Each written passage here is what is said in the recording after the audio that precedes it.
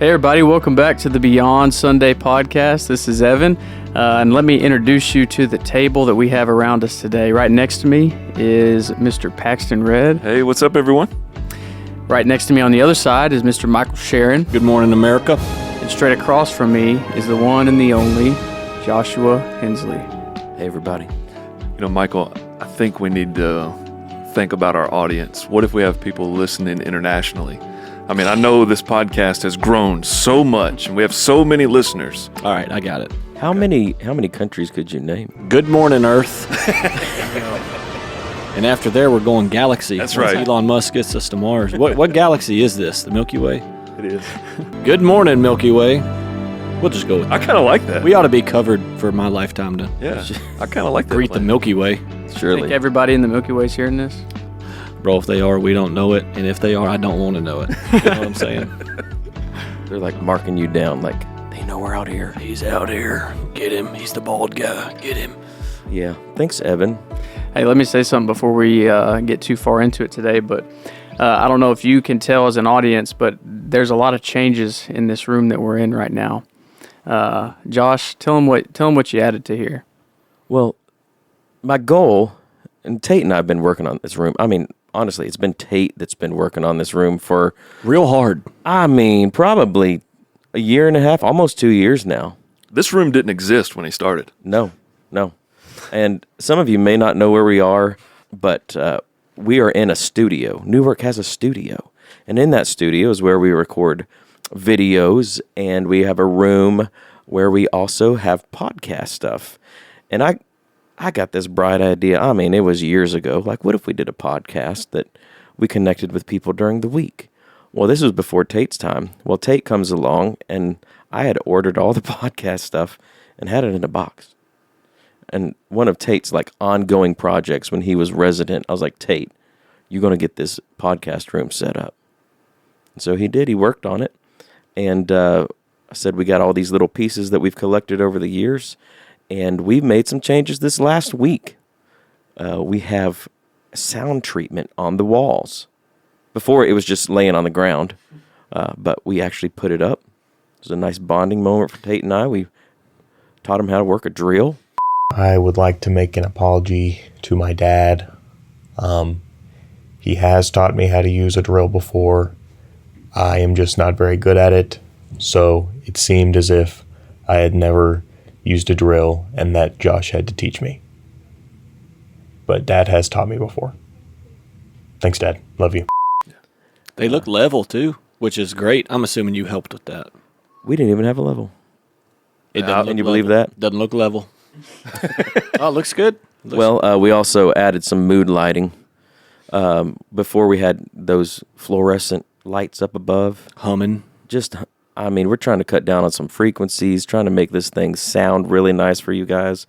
But we got these really cool lights that just light up the room enough. So we're just sitting in here with the lights lit up in the corners. We can change the colors of them, whatever mood we're feeling. Michael's snapping a picture right now. Yeah, it feels awesome. Oh, Here we go. Get one of that. Purple. We're purple. Change it again. Can you guys And we're hear the green. difference in the colors? What color we got now? Take a guess. Well, I said green. Oh, Do one. See if they can tell. Oh yeah, that sounds different. Yep. it's my favorite. You're right. That's my favorite color right there. With that color, I feel like we're getting ready to play laser tag. Yeah. I can see everybody's eyes and teeth. That's about it. Well, anyway, maybe we'll figure out some way to post a picture of this thing, but nonetheless, imagine it in your mind. This place looks fantastic. And thank you for the work, Tate. Yeah, You did good a great work. job. You're welcome. But we're coming off a Sunday. Now, this is our next to last Roman Sunday that we had this past week. Mm-hmm. Steve brought it. It was on Community. Yeah, Romans 15. Romans 15. And I just, listening to the sermon, a community of believers is what he was talking about. Yeah. And, community represents the whole group of believers. Other things are like flock, a church. This is a church full of believers. But it got me thinking. What did it get you thinking, Josh? Michael. Sorry, I forgot. I forgot your cue. Man. This is my only time in the past 3 Michael, weeks you that I've did it. actually done it. I was ready. You know what was the difference? Yeah, I've decided I'm not going to respond to anybody's messages while I'm at this podcast. Michael's today. a great multitasker. He's usually on his phone or whatever, but today he was paying attention, so he could. So it got me thinking. There are other groups in this world, and I'm just going to stick to animals. I just want to see if you guys know what a group of animals is called. And there's different ones. Like you've heard a herd of cows, right? Everybody knows that.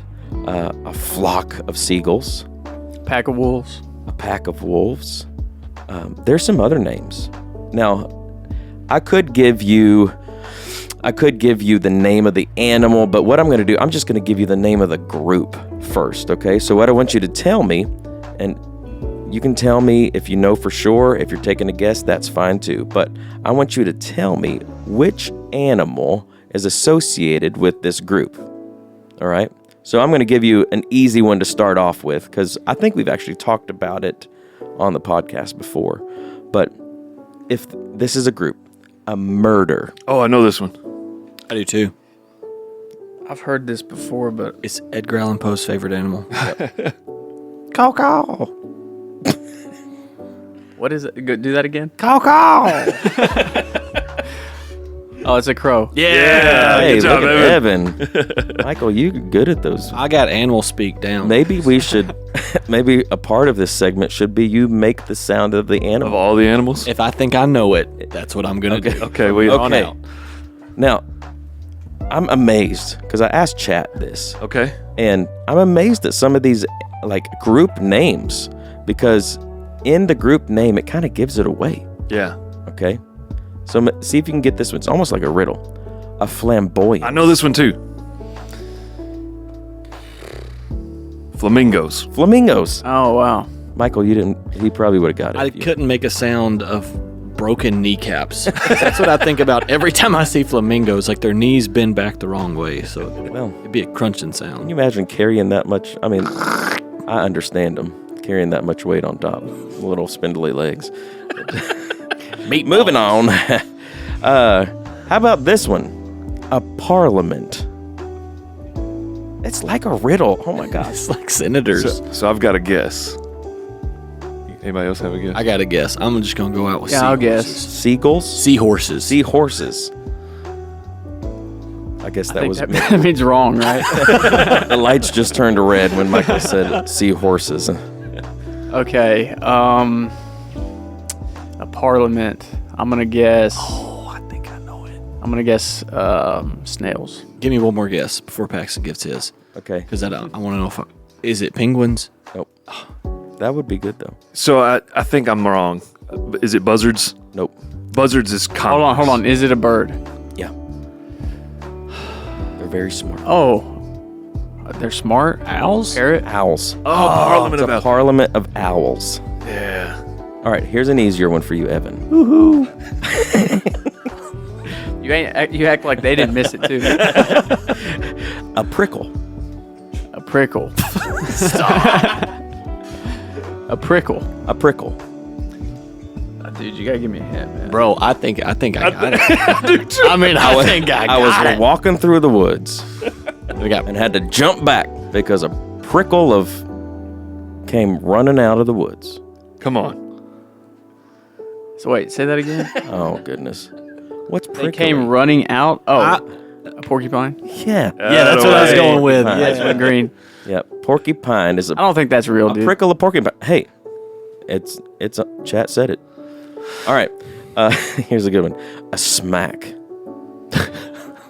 Now, Hippo. This is an aquatic animal.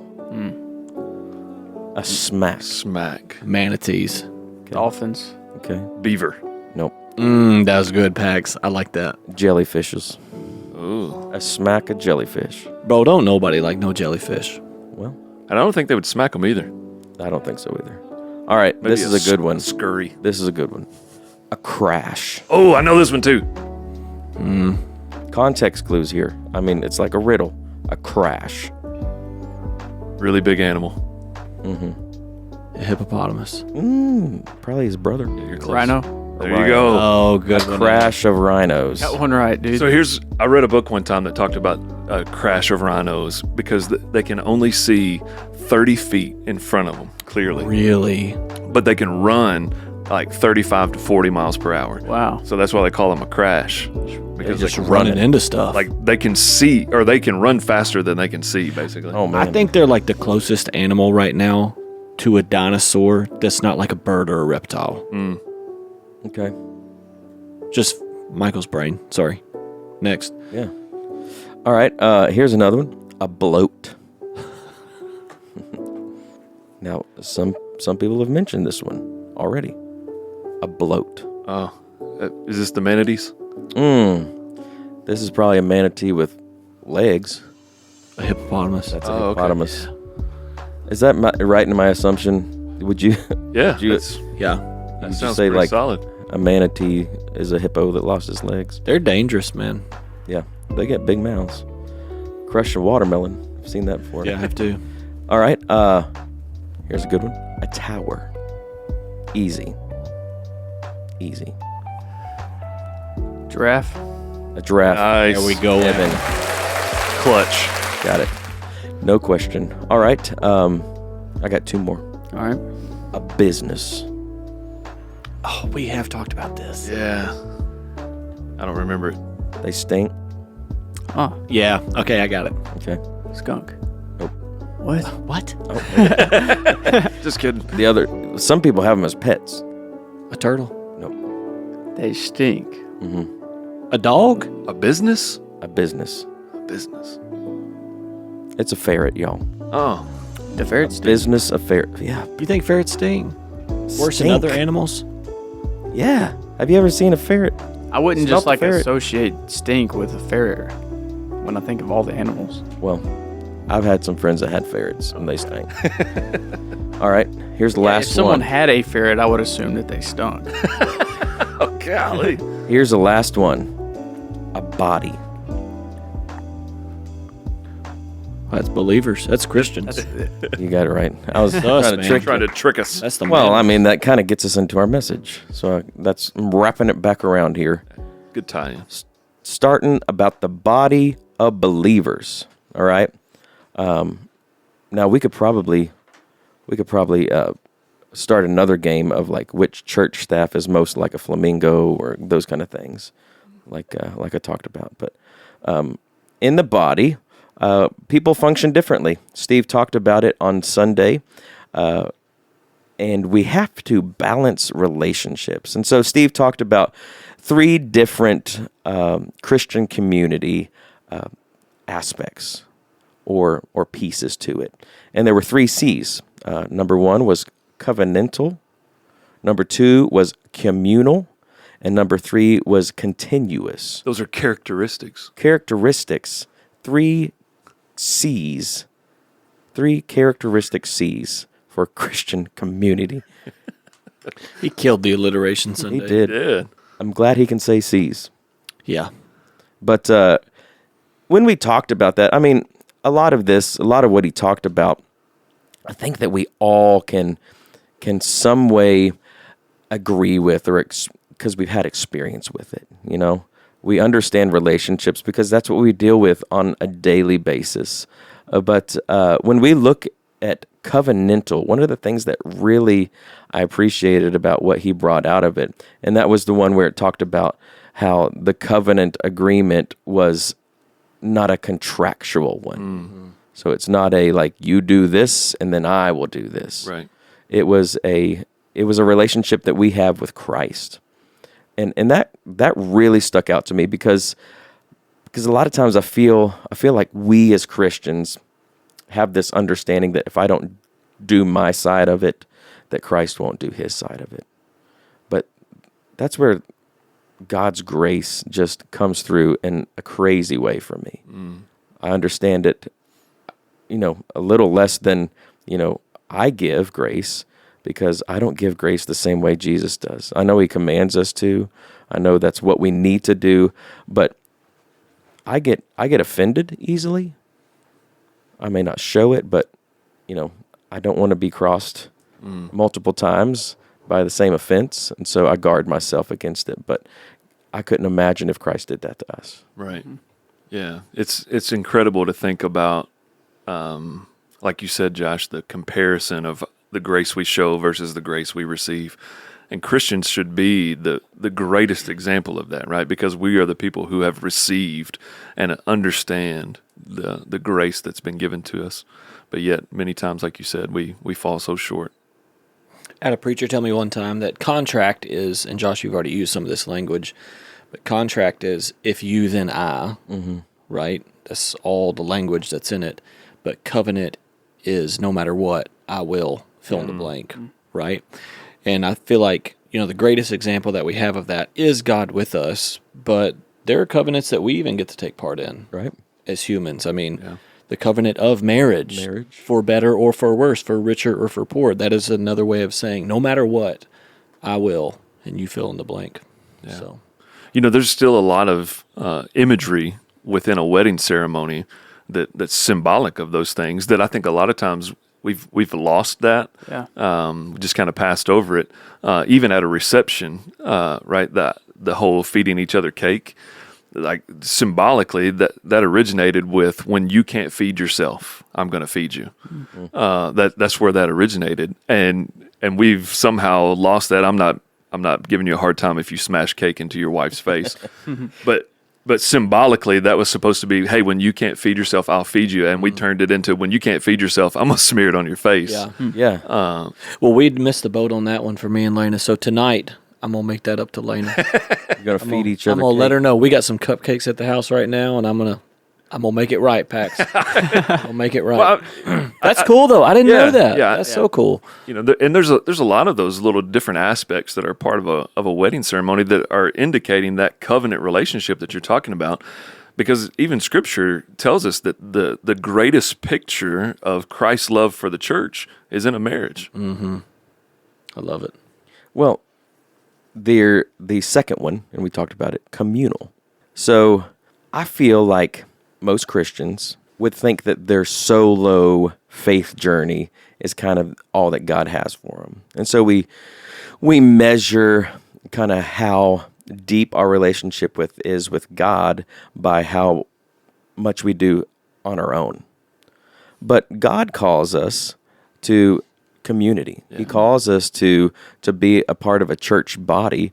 And I appreciate that Steve brought that out. It's communal. It's, he designed us to be and need each other, be with and need each other, instead of just making this solo journey of faith alone. Yeah. And there's benefit to things like joining a small group or getting involved in group missions where you're serving alongside other people. Have you guys ever experienced maybe both sides of that? Maybe where you feel like I've gone through a season of my journey alone, and then I've also gone through a season of my journey where I'm with people. Yeah. And do you guys have any stories of the benefits of being with people? Yeah, I remember when I first moved here to Hopkinsville.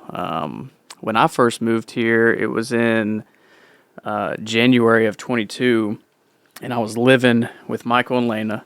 And then when I first came here, there was really no young adult ministry at Newark. I mean, there was no group of that we, not even near what we have now, of the young adults that we have. And I had friends, I had community, I had you guys to pour into me and stuff.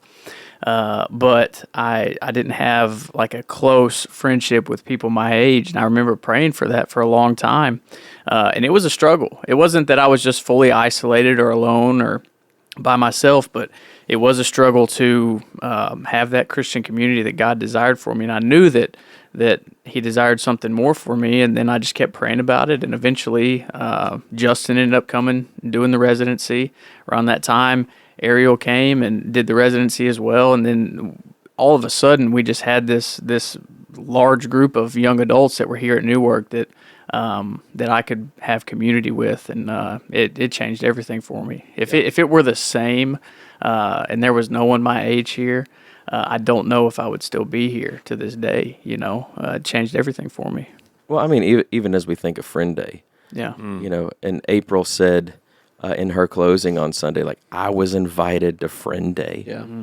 And now I look back and like New Work has been such a important part of my life. Yeah. And I think there's so many stories like that, whether it's New Work or another church, that when you get invested in a body of believers, that your faith journey is something that is more rewarding in the long run. And when you look back, you can see the blessings. You remember people, you remember teachers, you remember situations that you walked through life with, of people surrounding you.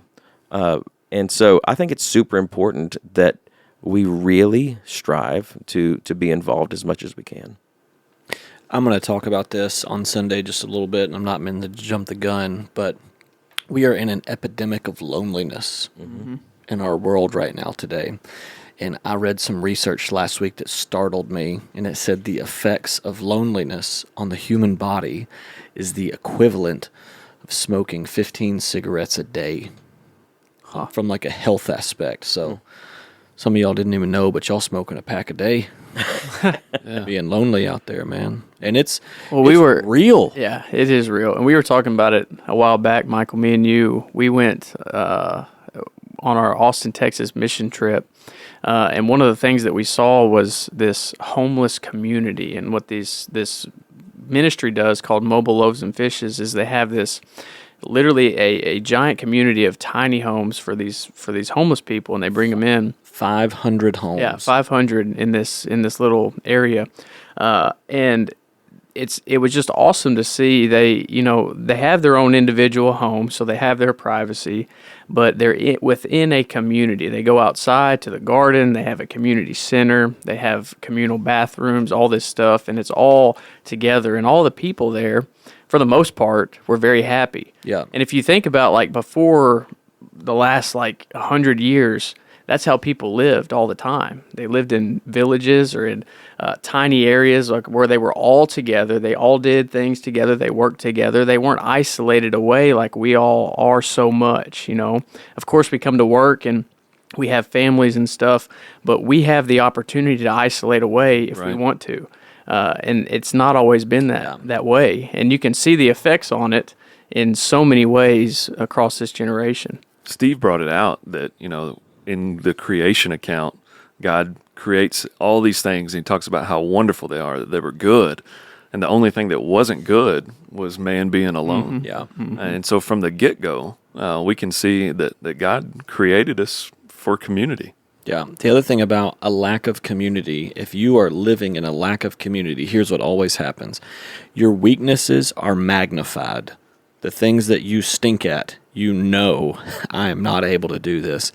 And your strengths are also diminished because you're not able to share those with anybody. And I think that is one of the biggest things about community that I so love and appreciate.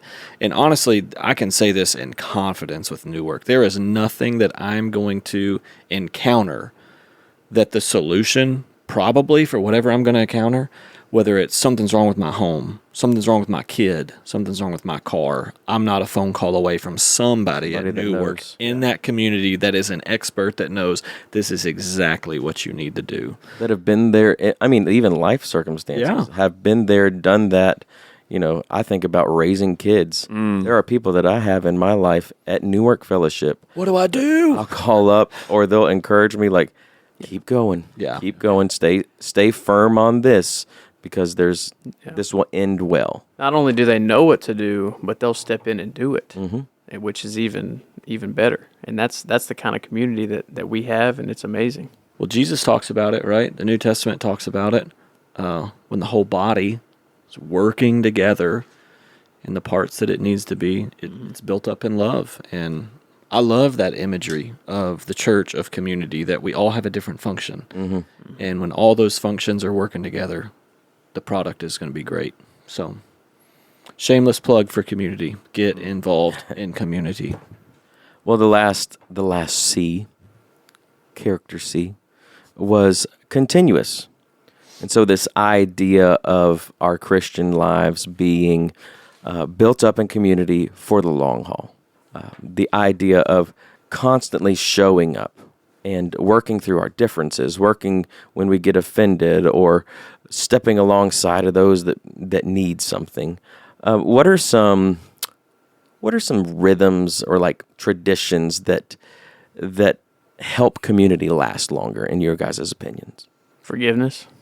I mean, I think Steve kind of talked about this, and he hit it right on the head. But I mean, I think we live in a time where culture today says, like, if you are hurt or you are harmed in any sort of way, just be done with that person altogether. Just give up. There'll be somebody else that comes along or whatever. And listen, there are some things where that might need to be the case to some degree, but a lot of times we're very quick to just step out of community because of one thing that happened, or a couple things that happened, or one person said this. And Jesus, I mean, right before he was about to go to the cross, what does he pray for among believers? And I think, if I'm not mistaken, it's the longest recorded prayer in the Bible. In the New Testament. In the New Testament. But he prays for unity among his believers. And, I mean, of all the things that could have been on his mind right there in that moment, it was, I want my people to be unified in everything that they do. And we're just so quick to step away when Christ wants unity for us. And sometimes all it takes is some forgiveness. Yeah. Well, and that ought to be a good clue, right? If he prays specifically for unity, it means that disunity is naturally going to happen in community. Yep. You're going to have conflict. So knowing what we're going to do with that conflict before, during, while it's going on, man, it's important, and it shapes the community around us. Yeah, commitment, right? Mm-hmm. You know, if I can go into this knowing that I'm committed to this group of individuals, that if it means forgiveness, I'm going to forgive because I'm committed. Mm-hmm. Well, a lot of times our disagreements come out of how the different experiences of our lives have played out. Our understandings of life, our understandings of Scripture, how we were brought up in the church or what denomination. And what I love about Newark is that it's kind of a conglomeration of just different backgrounds. Yeah. Not only are we diverse in our race and our age, but there are people that have grown up in all different denominations of Christianity, and some that didn't grow up at all in a Christian household or walking in Christian faith. And so I think in small groups, it can get tense sometimes. Yeah. I mean, I know in mine, now Paul Goodman is my small group leader, and he loves to ask the questions that get us discussing things. And it's funny because you look around the room and like some people are like, who's going to talk first? Yeah. Because if I talk first, I know somebody else is going to maybe disagree with this. But I love it because we end up coming maybe not to a consensus, but an understanding of each other more. Yeah. And so we get to start to flesh these things out and like, why do you believe that? Or what makes you believe that? And then by the time we get to the end, you love that person even more, knowing, oh my gosh, that's associated with the story. You've been through this, so that's why you read Scripture in this certain way. And, we're not talking about the essentials like Justin talked about. We're not disagreeing on who is Jesus Christ, but just the small things in Scripture. What do we read in Scripture, and how do we come to an understanding rather than an agreement? Yeah, there's something healthy about that tension that stretches everyone, right? That helps you understand not only how they see things, but it really helps you understand why you think the way that you do. And so I think those things can be healthy. Right. And we can't run from those. No, of course not. We can't let that be a wall that we build between us to break that unity, to create disunity between us and say, like, I'm on this side, you're on this side, and we'll never function as a group. Yeah. We got to be careful with that. But that's something we fight for. That's something that it's worth committing to within the church. But Steve did a great job, pointing all of those different things out. But we're actually taking a break from Romans this week for something big. Absolutely. Something real big. Huge. Something real big. And it could possibly be one of the largest Sundays on record outside of Easter. Let it be. I think it could. I think it has the potential to think surpass so. Easter. I think it could. Well, the cool thing is Alicia. We had her on last week. Was it last week she was on? My weeks are all going crazy now. But Alicia was on last week, and we said Alicia kind of helps out in ministries and things. But another thing she does is she counts. So she counts all the people. She tabulates what Nikki has counted with the head count and all the people that have registered and brought kids and students. And now we keep a top 25 list of Sundays. And there are Sundays that are happening, especially recently, that are surpassing some of the Easter numbers on record. Yeah. It's wild. And I think this past Sunday was number 4 all-time. All-time high, All-time high. including all the Easters. Including all the Easters. There's only 3 Easters ahead of this. One of them being this year, which has been Biggest one ever. the biggest one ever. But can we tell them the number? Yeah. It's going to be on the listening guide. Oh, it's Oh, on yeah. the listening guide in the app. Yeah. It's going to be in the app. Yeah, it's not on the listening guide. It's in But the if you app. go to the app, there's a little section down at the bottom of the Get Connected that tells you the numbers from the week. But we had 1,707 people. 1,707 people. That's Just- a lot of donuts. Also, just let it be known that my guess for the day was that we had 1,710 people. Price is Right, you lose, though. Yeah. Yeah, you went over. But still, I was the closest. So just everybody Well, know also, that. you had to Remember be that. present. Let it be known, if there were no rules, Evan would have won. So, If there were no dumb rules, I would have. there we go. $1, Bob. But that's amazing. And I mean, I'm sure Kevin's been here the longest, I think, on staff. But I've been here for 10 years, and it's crazy where God has brought New Work Fellowship in 10 years. To think, and I'm just going to be transparent and let you guys know, when I first came to New Work, I hadn't pastored at a church of more than, on a Easter Sunday, 250 people. Yeah. And they were great churches. Sure. They were doing great things, healthy ministries, healthy missions. And I came to Newark and got talking to Kevin. I'm like, Kevin, I just don't know how you minister to 400 people. That's what, was on record at the time. How do you minister 400 people? And he said, the pastors are super important. You develop relationships with groups of people, or you just kind of split it up, 100 people per pastor. And I mean, that kind of made sense in my mind. But here we are. And you might think it's crazy that we got, 9 pastors on staff or something like that. We got 1,700 people. We need how many more? We need 9 more so we can keep growing. It's craziness. Yeah. But But it's a joy. It it's is. so It's awesome. a whirlwind of joy. Because not only is it a number, it's lives. That's exactly right. And you get to see lives changed for the gospel.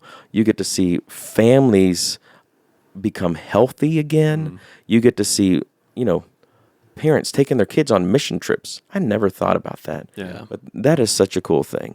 But there's so many blessings that we're getting to experience at Newark Fellowship that it would be a tragedy for somebody to not get invested in the community here at Newark Fellowship. So if this is just a shameless plug, if you're not involved in a small group, find one. Yeah, or even a serve team, man. Some of our serve teams have created just unbelievable community with the people they serve with. Well, Cliff's got a story of fourth service. When we started the fourth service, there was a group of people that had been serving in the kids' ministry, and they said, we'll take care of fourth service. Well, now not only do they serve every week, but they're doing dinners together. Yeah. They're hanging out. They're going outings together. It's not just a serving team. It's a life team. Yeah. They're doing life together, developing community outside the church even. Yeah, so you can find those small groups or those serve teams, and you can have your community built right into it. Yeah. Well, let's talk about Friend Day for just a little bit, a little direction. Friend Day this Sunday, I'm going to be talking a little bit about one of the best parts of life, and it is Friend Day, so I'm sure this is going to come to no surprise to any of you, but one of the best things in life is friendship. And that's what we're going to be talking about on Sunday. So I'm excited about it. But we need your help on Friend Day. We need you to offer an invitation to a friend to come, and we're going to put a video out. I'm sure maybe you'll have seen the video or announcement on this, but we need some people to move services. Yeah. It's bad, y'all. It's good bad. Absolutely good. It's good bad. So second and third service right now, I feel like, you guys ever had a can of Vienna sausages before? Second and third service, I feel like somebody put 2 cans worth of Vienna sausages in 1 can. That's what it feels like right now. Like you're scared to open it up because it's just going to spill out. Your metaphors are just amazing. I don't think they can hear the difference in the colors of the lights, but they can definitely smell your illustration. Yeah. So listen, we need some Vienna sausages to spread on out. So maybe you've been going to second service for a long time. Would you just consider this week going to first service? Maybe you've been going to third service for a long time. Would you consider this week going to fourth service to just make room for some people? Hey, can we move just past considering? Yeah, would you Can we just do commit? Just commit. Yeah, I love that, Paxton. Yeah, just commit. Just commit to doing it. And, we'll have a good, nice, even can of Vienna sausages for the second and third service. For That'd be everyone great. to enjoy. For everyone to enjoy, yeah.